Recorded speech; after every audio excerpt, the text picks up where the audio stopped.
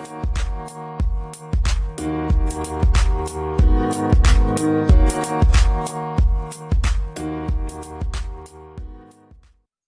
Nnnenna, we had already a great pleasure to have you talk as a keynote already 18 months ago at the first international symposium organized with UNESCO. It was at the French National Assembly. And today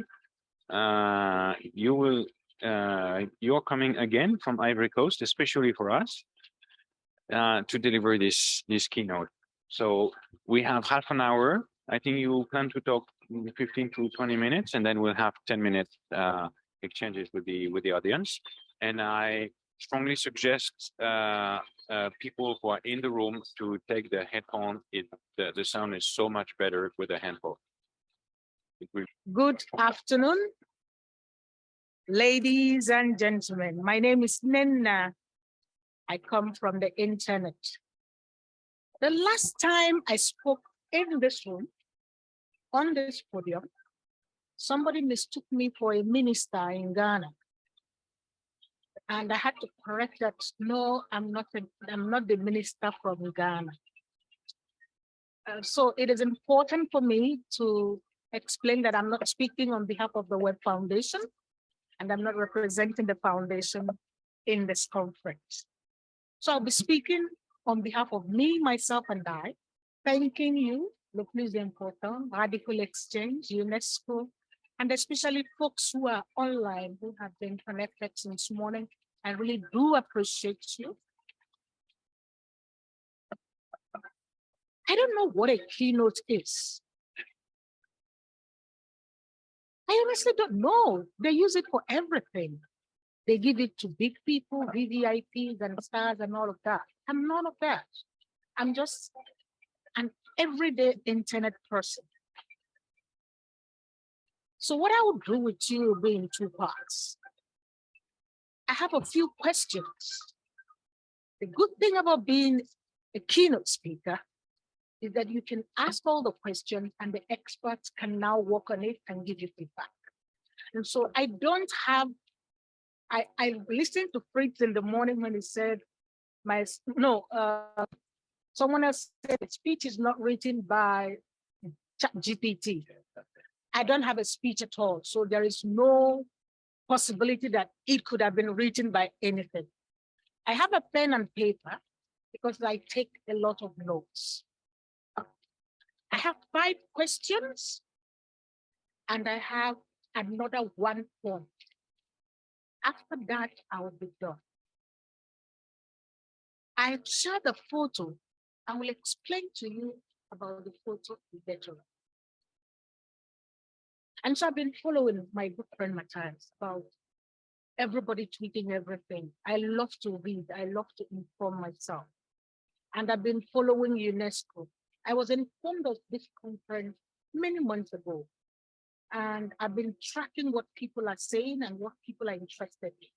What I will do now is to ask you 5 questions so that we can think along as we go. The first question is, when we're talking about guidelines for regulating something, what do we mean by regulation? I think the word regulation is like love.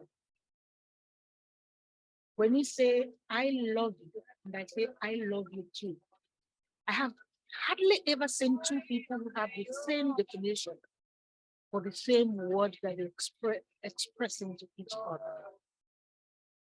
When you say you love someone when you are 18 years, it's not the same thing exactly when you say you love someone when you are 80 years old. It is something that evolves over time. And so the question I want to ask everyone here is, when we say we agree that we should regulate, what does it mean to me? What does it mean to him? What does it mean to her? What does it mean to them? We all come together at the table. We are agreeing that we will work on principles for regulation, but everyone has a different view about what it is that is called regulation. So that is my first question. Have we agreed on what regulation is? I live in Africa. And when I speak to people about regulation, and I say, what word can you use to replace regulation? They don't use the same words with the Americans. They don't use the same words with Europeans. And so that's my first question. What is regulation that we are hearing? My second question is still on that same topic. We are regulating platforms. Are we sure that it is platforms we should regulate? I see people mentioning names of companies, entities, if I may use that word. So my question is, are we regulating entity or are we regulating issues? And Marielza was speaking to us, and I stayed here because I was very interested in what Maria Reza was saying, my good friend Maria Reza. 20 years ago, we had the IBMs, we had Ericsson, we had Nokia, we had Sun Microsystems. Those were the big shots. Microsoft was there. Today, we don't know who. Someone born today will be like, Nokia who? They don't know. But as an advocate, I remember we had campaigns against those organizations. They no longer exist. In my other life, I used to be an advocate for open source technology, open source software. Over the years, software has become a service and has gone completely online. My second question, ladies and gentlemen, is, should we be interested in entities or should we be interested in issues? I think we should be regulating issues. And these entities are concerned because they are the power bearers of these issues. And this language for me is really very important as we go on a global engagement. My first question was regulation. My second question is whether we're regulating entities or issues. Because issues can also change. My third question was one that Alison had raised earlier on. What is our capacity to regulate?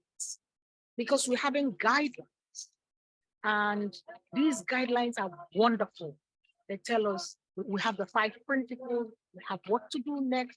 When something is adopted, we have to put oversight, an oversight agency. You have to fund that oversight agency. You have to make a lot of things work. What is our capacity to regulate? Because our capacity to regulate is not the same as coming to a symposium for 6-7 hours and going away. It is a longer term. That is my third question. As stakeholders come to the table, as we agree, when we leave here, what is our punch? What power do we have? The EU has its own answer. The US has its own answer. Maybe the African Union has its own answer. That's my third question. If we look back 20 years ago, I was younger, I was slimmer, and I think I was more beautiful then because I didn't have enough of those worries. We were running something called the World Summit on Information Society. In those days, we had 3 stakeholder groups. We had the government, that were clear. We had the private sector, companies we call them, and we had the civil society. Fast forward today, media is almost being phased out. The research group has increased. In the private sector, we now have the platforms that we call them and every other person. And regulators are getting stronger by the day. So in the space of 20 years, we've come to the point where A company that does not have a lot of workers has money, has assets that is 10 times the GDP of a full-blown country. Someone has given the 3 point something billion accounts on Facebook. That is the biggest country in the world. That is actually India and China put together. Yes. So these platforms have co-opted us. We are citizens of these platforms. And sometimes our alliance, our affiliation to these platforms can take on greater importance than even our offline citizenship. Because if I'm an influencer with 15 million followers on TikTok and 10 million on Facebook, and maybe another a couple, 10, 15 million on Instagram, those are worth more than my current nationality. I could go to any country that is more useful to me because my online, what is patrimoine in English? My online estate has become more important than my real life estate. This is really very important as we engage either as citizens or as governments. Because you may be sitting here and saying, I am the minister in a 12 million, 15 million, 70 million country, but all your citizens have affiliation to another country that might be more important to them in 5, 6 years' time. My fourth question is, do we have the capacity? My third question was capacity to regulate. My fourth question is, which way are we regulating citizens and their affiliation? In 2018, in this same premises, we were having the Internet Governance Forum. President Emmanuel Macron spoke, made an opening speech. He laid out 3 avenues of regulation. He made names, he mentioned countries, but I don't want to use that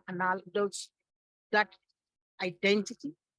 But he spoke about regulation that is based on self-regulation, private sector, platform self-regulation. We talked about the sovereignty system type of regulation. And he said, let's use the middle way, the collegial or what we call multi-stakeholder. Are these still relevant? Are these still relevant? That is my other question. My last and final question among the 5 is when we have these guidelines, when we have these conversations, and we go home and put them into practice, how does that interface with the global policy drive? In 2024, there is going to be a summit for the future. This is Internet for Trust. The UN is hosting one that will give birth to something called the Global Digital Compact, which is going to be a global set of rules for a free, open, and safe internet. We are hoping that all of the UN members will sign up to that. The question is, how do we balance regulation at national, regional level to the global level? Some speakers have mentioned it here today. We are only safe when we are all safe. So how are we regulating in France, in the EU, in OECD, and the global? That is my question as we keep discussing here in Paris.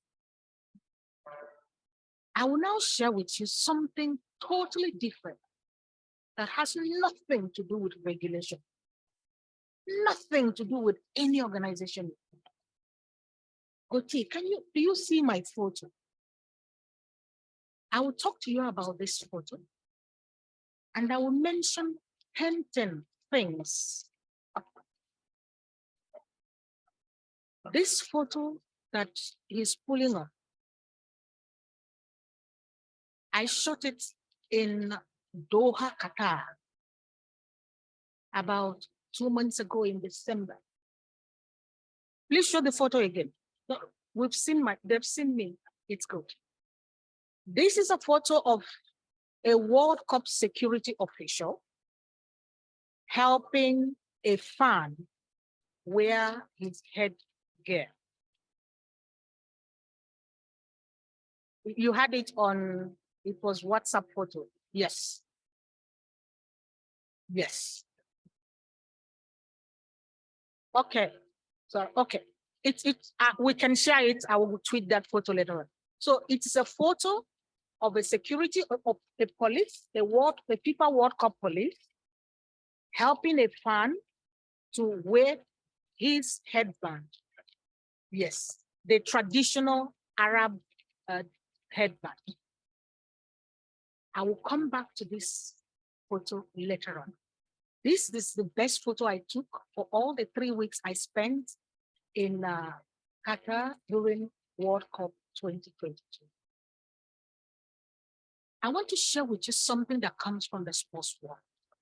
How many of us have loved any kind of sports? Formula One, any Formula One folks? Basketball, American football, soccer, anyway. So the thing about being a soccer fan, like myself, that will save my money and go to World Cup is because of passion, because there's something in it for everyone.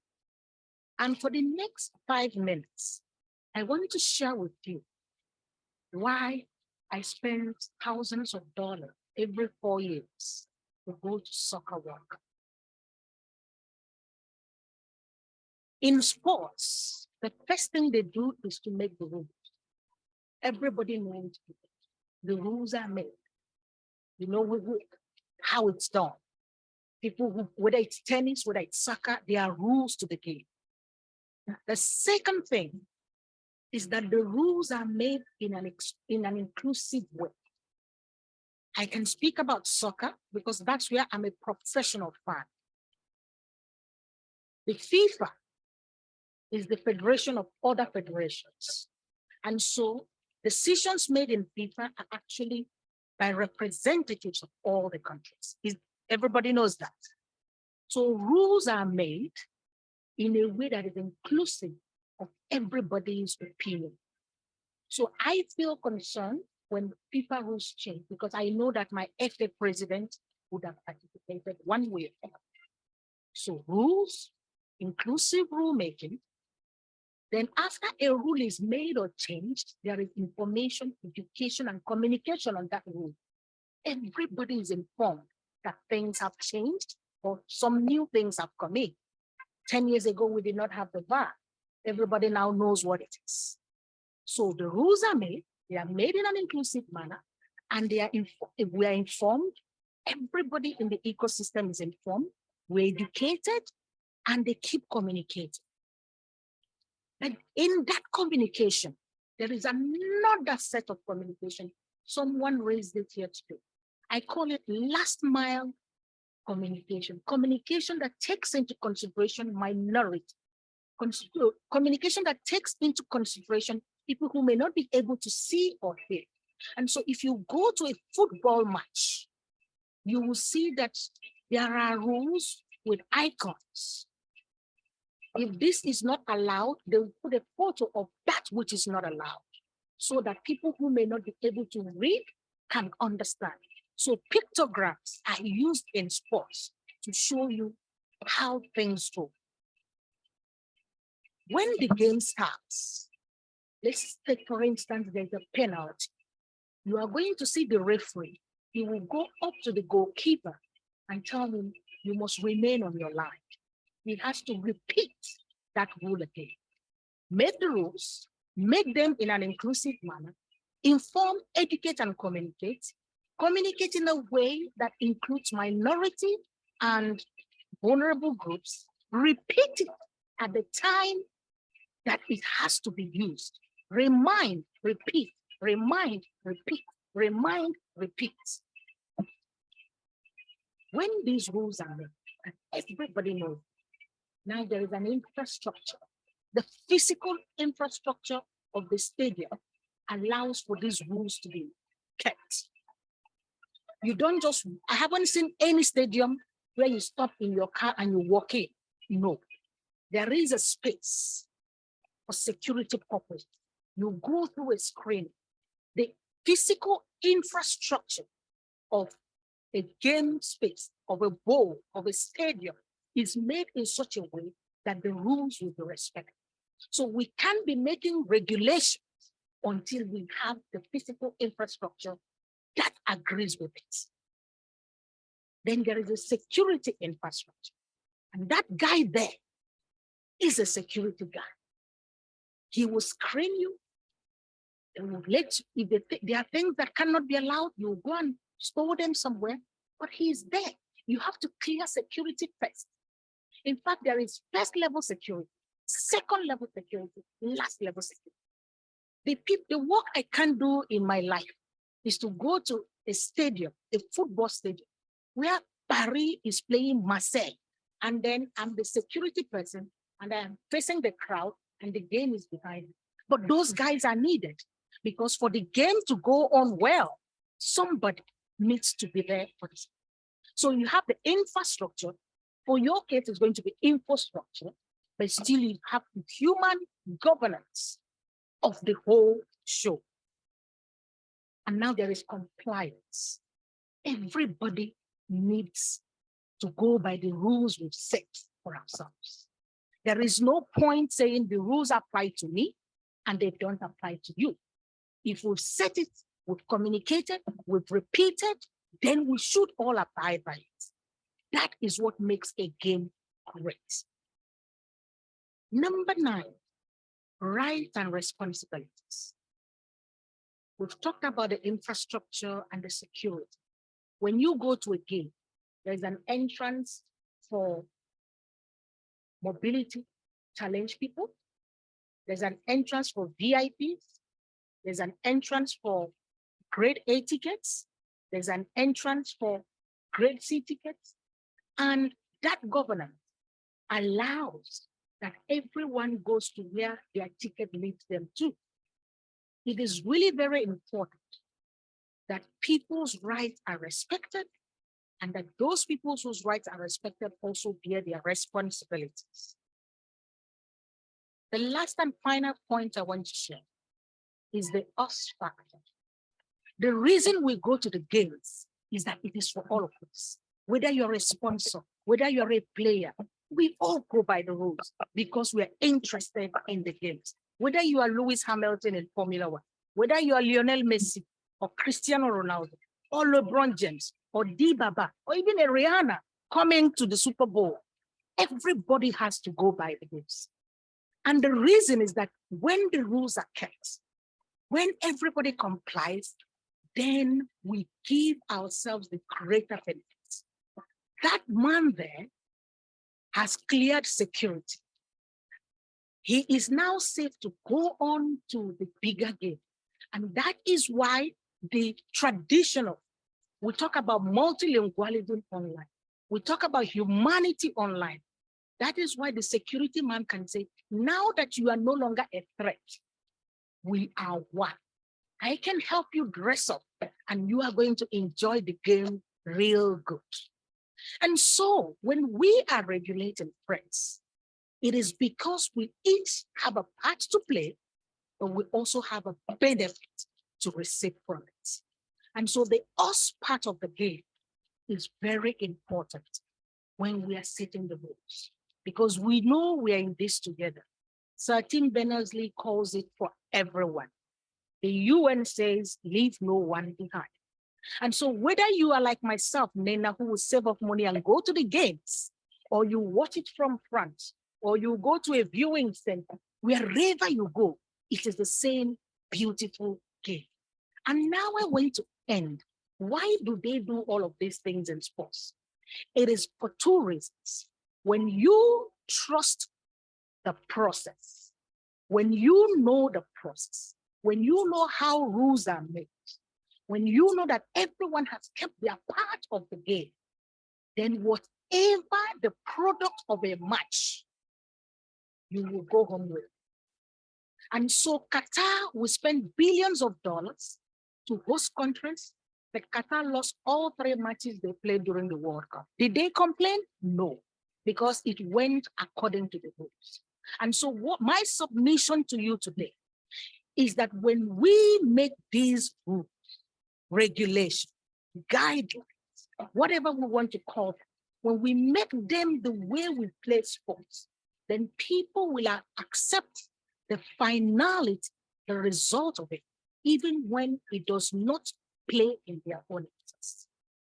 I'm sure every country that comes to the World Cup wants to go with the World Cup, but we know that the rules will make you lose at one point or another. And when the winner wins, we all congratulate him. We will cry. I went to about 8 matches. I only won about 3 of those. Most of the matches or the teams I supported will lose, but we'll still hold ourselves because we know the rules. And that is what I want to lay on the table here. Let us be fair play. Let us know that we can't all win all the time, but let's build the trust in the process, the trust in the rulemaking, so that whatever comes at the end, whether you are the one picking up the trash, whether your role is like Gautier who will just put up photos, whether you are the VVIP, like this man's here with me, whether you are a speaker or a moderator, whatever our role is, whether we are platform, government, civil society, researcher, every part that plays, we know that this is for all of us. And when we play our parts, and when the game is played, we will have a great, wonderful time. It is for this reason, friends, that I call myself Nnnenna from the internet. I do my part, I keep my rules, and I'm hoping that everybody who is attending this Intern for Trust conference will do their part and be fair. Thank you very much. Thank you so much, Nnnenna.